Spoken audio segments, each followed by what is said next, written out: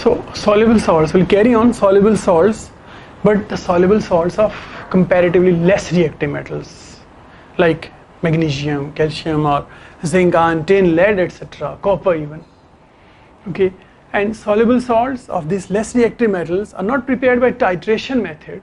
One and ammonium salts are by titration method. For this we have a crystallization method, or the method of metal oxide, metal carbonate, or metal hydroxide, which are insoluble ones, with acid. And these reagents that I named, metal oxide, metal hydroxide, metal carbonate, etc., they are insoluble ones and they are taken in excess.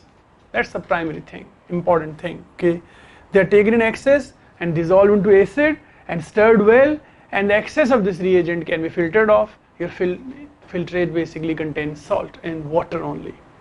Reagents like metal or metal oxide, mean reagent 1s, are taken in excess to make sure that acid is neutralized completely.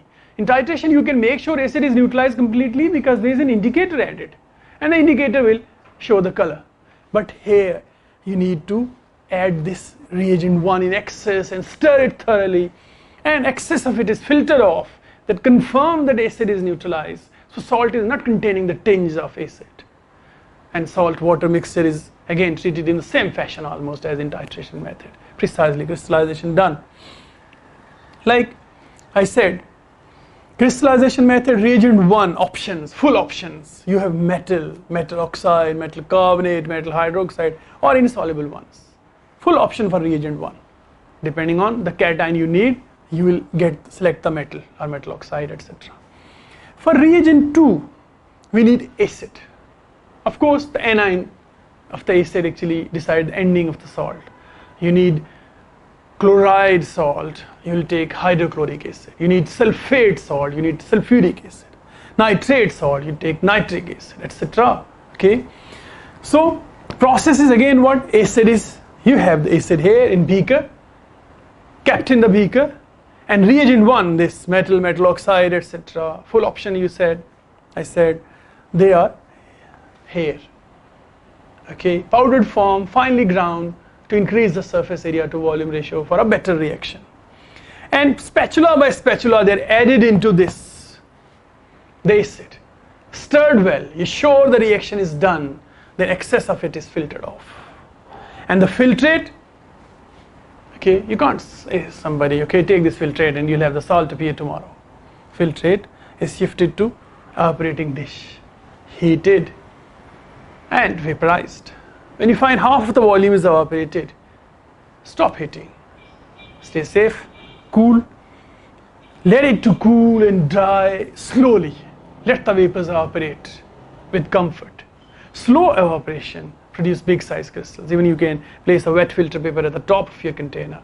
Slowest evaporation will produce the big size crystals. Okay, salt water mixture is crystallized using the technique what? Heat, vaporize, half the volume gone, let it to dry, slow evaporation produce big size crystals. You want dry crystals, use folds of filter paper. One filter paper containing crystals, another at the top of it, it will suck the water content. Let them to dry, pack them, okay, sell them off. Suppose you need magnesium sulfate. Reagent 1, full option, take magnesium with sulfuric acid. Acid is only one option, you need sulfate, sulfuric acid, only one option. Magnesium oxide, magnesium carbonate, magnesium hydroxide. You need another insoluble salt like aluminum. You have aluminum oxide, aluminum carbonate. If it is aluminum you are taking, then scratch it off with a sandpaper or crush it basically, mix it up basically. When it is taken in powdered form, then its oxide coating is removed off. Okay, or you need iron, then you can take iron metal or iron oxide or carbonate, etc. For copper, which is very less reactive, it never reacts with dilute acids. Remember, these acids we take are in dilute form. Not the feasibility is there with the concentrated one. So in dilute form when we take acids, copper will not react. Copper plus acid, salt, hydrogen gas is the wrong equation. It should be copper oxide or copper carbonate or copper hydroxide. They are insoluble ones. Copper is too inert to react with an acid. And with concentrated acid, that's not an option.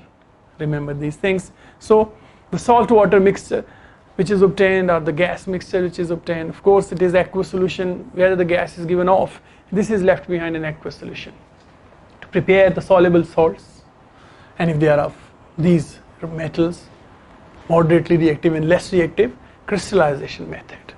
Okay, remember acid is always the one option, because depending on the salt you need.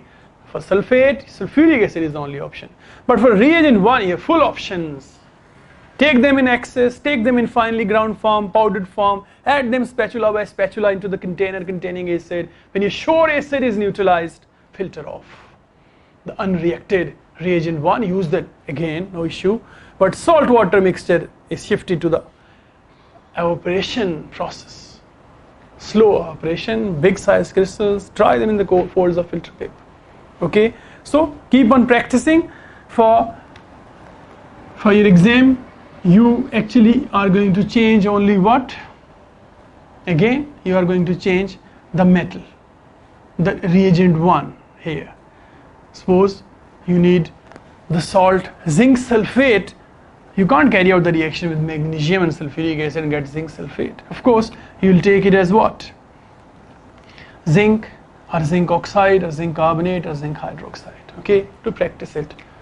This is how basically you will prepare the soluble salts.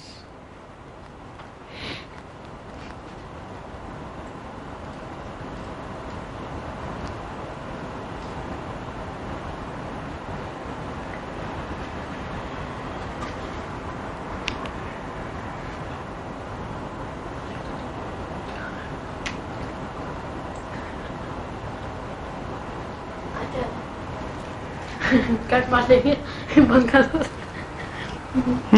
बंद कर दो बंद कर देना